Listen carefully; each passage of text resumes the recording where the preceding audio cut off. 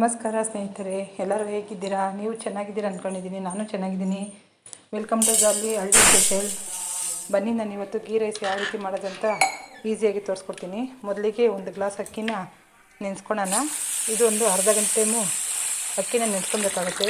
ಯಾಕಂದರೆ ಅಕ್ಕಿ ಈ ಥರ ನೆನೆಸೋದ್ರಿಂದ ತುಂಬ ಟೇಸ್ಟ್ ಬರುತ್ತೆ. ಅನ್ನನೂ ಅಷ್ಟೇ ಉದುರು ಆಗುತ್ತೆ. ನೋಡಿ ಏನೇನು ಬೇಕಂತ ತೋರಿಸ್ತೀನಿ. 4 ಗೋಡಂಬಿ, ಒಂದು ಅರ್ಧ ಸ್ಪೂನ್ ಜೀರಿಗೆ, ಒಂದು 8 ಹಸಿಮೆಣಸಿನ್ಕಾಯಿ, ಒಂದು ಅರ್ಧ ಬೆಳ್ಳುಳ್ಳಿ, ಅರ್ಧ ಗಡ್ಡೆ, 1 ಇಂಚು ಶುಂಠಿ, ಸ್ವಲ್ಪ ಕೊಬ್ಬರಿ ಮತ್ತು ಬಟಾಣಿ, ಸ್ವಲ್ಪ ನೆನೆಸಿರೋ ಅಕ್ಕಿ. ಬನ್ನಿ ಈಗ ಯಾವ ರೀತಿ ಮಾಡೋದಂತ ತೋರಿಸ್ತೀನಿ. ಮೊದಲಿಗೆ ಕೊಬ್ಬರಿನ ಮಿಕ್ಸಿಗೆ ಹಾಕೊಳ್ಳೋಣ. ನಂತರ ಅದಕ್ಕೆ ಸ್ವಲ್ಪ ಬೆಳ್ಳುಳ್ಳಿನೂ ಶುಂಠಿನ ಹಾಕ್ಕೊಳ್ಳೋಣ. ಈಗ ಹಸಿಮೆಣ್ಸಿನ್ಕಾಯಿನ ಹಾಕ್ತಾಯಿದ್ದೀನಿ. ಇಲ್ಲಿ ಮೆಣಸಿನ್ಕಾಯಿ ಸ್ವಲ್ಪ ನಮ್ಮ ಗಿಡದಲ್ಲೇ ಇತ್ತು, ಹಣ್ಣಾಗಿತ್ತು, ಪರವಾಗಿಲ್ಲ ನಡೀತದೆ ಅಂತ ಹೇಳ್ಬಿಟ್ಟು ಹಾಕಿದ್ದೀನಿ. ಈಗ ಸ್ವಲ್ಪ ನೀರು ಹಾಕಿ ಇದನ್ನು ಮಿಕ್ಸಿ ಮಾಡ್ಕೊಳ್ಳೋಣ. ಯಾರೆಲ್ಲ ಫಸ್ಟ್ ಟೈಮ್ ಬಂದು ಲೈಕ್ ಮಾಡಿ, ಶೇರ್ ಮಾಡಿ, ಕಮೆಂಟ್ ಮಾಡಿ ಫ್ರೆಂಡ್ಸ್. ನೋಡಿ ಈ ಥರ ಸಾಫ್ಟಾಗಿ ಮಿಕ್ಸಿ ಮಾಡ್ಕೊಬೇಕು. ಈಗ ಕುಕ್ಕರ್ನ ಇಟ್ಟು ಸ್ಟವ್ನ ಹಚ್ಚೋಣ. ಈಗ ಇದಕ್ಕೆ ನಾವು ಗೀ ರೈಸ್ ಮಾಡೋದ್ರಿಂದ ಜಾಸ್ತಿ ತುಪ್ಪನೇ ಬಳಸಬೇಕಾಗುತ್ತೆ. ಅದಕ್ಕೆ 1 ಸ್ಪೂನ್ ಆಗೋಷ್ಟು ಮಾತ್ರ ಎಣ್ಣೆನ ಹಾಕ್ತಾಯಿದ್ದೀನಿ.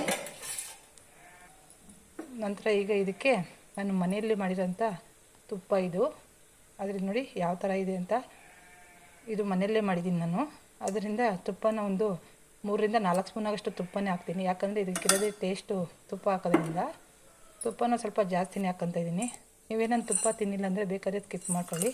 ಈಗ ಸ್ವಲ್ಪ ಪಲಾವ್ ಸಾಮಾನು ಹಾಕ್ತಾಯಿದ್ದೀನಿ. ಚಕ್ಕೆ, ಲವಂಗ, ಮರಾಠಿ ಮೊಗ್ಗು, ಸೋಂಪು ಕಾಳು, ಏಲಕ್ಕಿ, ಚಕ್ಕೆ, ಲವಂಗ ಇಷ್ಟು ಹಾಕಿದ್ದೀನಿ. ಮತ್ತು ಇದಕ್ಕೆ ಗೋಡಂಬಿನ ಹಾಕ್ತೀನಿ. ಇದನ್ನು ಕಡಿಮೆ ಇದರಲ್ಲಿ ಲೋ ಫ್ಲೇಮಲ್ಲಿ ಇಟ್ಟಿದ್ದೀನಿ.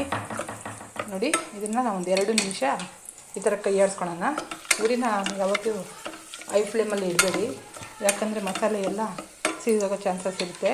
ಈಗ ನೋಡಿ ಈ ಥರ ಇರಬೇಕು ಮಸಾಲೆ ಎಲ್ಲ. ಇದು ಪಲಾವ್ ಐಟಮ್ ಎಲ್ಲ. ಈಗ ಇದಕ್ಕೆ ನಾನು ಬಟಾಣಿ ಸೇರಿಸ್ತೀನಿ. ನೋಡಿ ಇದು ತುಂಬಾ ಟೇಸ್ಟಿಯಾಗಿರುತ್ತೆ. ಗೀ ರೈಸ್ ಮಾಡೋದಕ್ಕೆ ತುಂಬ ಈಸಿ. ತುಪ್ಪ ಹಾಕೋದ್ರಿಂದ ತುಂಬಾ ಟೇಸ್ಟ್ ಇರುತ್ತೆ, ಹೆಲ್ದಿ ಕೂಡ ಮತ್ತು ಇದಕ್ಕೆ ಇದು ಈ ಥರ ತಿನ್ನೋದ್ರಿಂದ. ನೋಡಿ ಇದಕ್ಕೆ ಬೇಕಾದ್ರೆ ನೀವು ಬೀನ್ಸು ಎಲ್ಲ ಹಾಕ್ಬೋದು, ಇಲ್ಲಿ ನಾನು ಹಾಕ್ತಿಲ್ಲ. ಈಗ ಒಂದು 2 ನಿಮಿಷ ಬಟಾಣಿನ ಎಣ್ಣೆಯಲ್ಲಿ ಫ್ರೈ ಮಾಡಿ ಈಗ ರುಬ್ಬಿರುವಂತಹ ಶುಂಠಿ ಬೆಳ್ಳುಳ್ಳಿ ಪೇಸ್ಟ್ನ ಹಾಕ್ತಾಯಿದ್ದೀನಿ. ಹಾಕಿ 2 ನಿಮಿಷ ನೋಡಿ ಈ ಥರ ಕೈ ಹಾಕಿ ಚೆನ್ನಾಗಿ ಮಿಕ್ಸ್ ಮಾಡ್ಕೊಳ್ಳಿ. ಉರಿನ ಯಾವತ್ತಿದ್ರೂ ಕಡಿಮೆ ಇಟ್ಕೊಳ್ಳಿ. ಒಗ್ಗರಣೆ ಮುಗಿಯೋವರೆಗೂ ಉರಿನ ಜಾಸ್ತಿ ಇರಬೇಡಿ. ನೋಡಿ ಯಾವ ಥರ ಗಮ್ಮಂತ ಸ್ಮೆಲ್ಲು ಬರ್ತಾಯಿದೆ. ಟೇಸ್ಟ್ ತುಂಬಾ ಚೆನ್ನಾಗಿದೆ. ನೋಡಿ ಈಗ ನಾನು ಜೀರಿಗೆನ ಸೇರಿಸ್ತಾಯಿದ್ದೀನಿ. ಒಗ್ಗರಣೆ ಬರೀ ಎಣ್ಣೆಯಲ್ಲಿ ಹಾಕ್ಬಿಟ್ರೆ ಜೀರಿಗೆ ಎಲ್ಲ ಇದಾಗ್ಬಿಡುತ್ತೆ, ಅದರಿಂದ ಫ್ರೈ ಆಗಿಬಿಡುತ್ತೆ. ಅದರಿಂದ ಇವಾಗ ಹಾಕಿದ್ರೆ ತುಂಬ ಟೇಸ್ಟ್ ಇರುತ್ತೆ. ಬಾಯಿಗೆಲ್ಲ ಸಿಕ್ಕಿದ್ರೆ ತಿನ್ನೋಕ್ಕೆ ಚೆನ್ನಾಗಿರುತ್ತೆ. ನೋಡಿ ಈ ಥರ ಚೆನ್ನಾಗಿ ಮಿಕ್ಸ್ ಮಾಡಿ ಒಂದು 2 ನಿಮಿಷ ಇದನ್ನು ಫ್ರೈ ಮಾಡ್ಕೊಂಡ್ರೆ ಸಾಕು. ಈಗ ನೆನೆಸಿಟ್ಟಿರುವಂಥ ಅಕ್ಕಿನ ತೊಳೆದು ಮಸಾಲೆಗೆ ಸೇರಿಸ್ತಾಯಿದ್ದೀನಿ. ಅಕ್ಕಿನ ಯಾವುದೇ ಮಾಡಬೇಕಾದ್ರೂ, ಪಲಾವ್ ಆಗಲಿ ಏನೇ ಐಟಮ್ ಮಾಡಬೇಕಾದ್ರೂ ಒಂದು 1/2 ಅವರ್ ನೆನೆಸ್ಬೇಕು. ನೆನೆಸಿದ್ರೇ ಆಗ ರೈಸ್ ತುಂಬ ಚೆನ್ನಾಗಾಗುತ್ತೆ. ಈಗ ನೋಡಿ ನಾನು ಬಿಸಿನೀರು ಕಾಯಕ್ಕೆ ಇಟ್ಕೊಂಡಿದ್ದೆ. 1 ಗ್ಲಾಸು ಅಕ್ಕಿಗೆ 2.5 ಗ್ಲಾಸಾಗಷ್ಟು ನೀರನ್ನು ಹಾಕ್ತಾಯಿದ್ದೀನಿ. ಇದು ಜಾಸ್ತಿ ನೀರು ಹಾಕಿದ್ರೂ ಮೆತ್ತಗಾಗೋಗುತ್ತೆ. ಅದರಿಂದ 2.5 ಗ್ಲಾಸ್ ಹಾಕಿದ್ರೆ ರೈಸು ತುಂಬ ಉದುರುದಾಗಿ ಚೆನ್ನಾಗಿ ಬರುತ್ತೆ. ಈಗ ಕಟ್ ಮಾಡಿರುವಂತಹ ಕೊತ್ತಂಬರಿ ಸೊಪ್ಪನ್ನ ಸ್ವಲ್ಪ ಹಾಕ್ತಾಯಿದ್ದೀನಿ. ಈಗ ನೋಡಿ ಮೇಯ್ನಾಗಿ ಬೇಕಾಗಿರೋದು ಗೀ ರೈಸ್ಗೆ ನಿಂಬೆಹಣ್ಣು, ತುಪ್ಪ. ಈಗ 1 ನಿಂಬೆಹಣ್ಣನ್ನು ಕಟ್ ಮಾಡಿ ರಸನ ಹಾಕ್ತಾಯಿದ್ದೀನಿ. ನೋಡಿ ಯಾವ ರೀತಿ ಇತ್ತು ಅಂತ ಒಂದ್ಸರಿ ಮನೇಲಿ ಟ್ರೈ ಮಾಡಿ, ಹೇಗಿತ್ತು ಅಂತ ಕಮೆಂಟ್ ಮುಖಾಂತರ ತಿಳಿಸಿ. ಇಷ್ಟೊತ್ತು ನನ್ನ ವೀಡಿಯೋನ ನೋಡಿದ್ದಕ್ಕೆ, ಸ್ಕಿಪ್ ಮಾಡಿದೆ, ನೀವೆಲ್ಲರಿಗೂ ಥ್ಯಾಂಕ್ಸ್ ಹೇಳೋಕ್ಕೆ ಇಷ್ಟಪಡ್ತೀನಿ.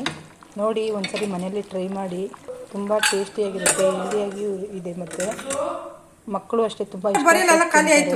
ನೋಡಿ ಈಗ ನೋಡಿ ಯಾವ ಥರ ಇದರಿಂದ ಒಂದು ವಿಸಿಲ್ ಬಂತು.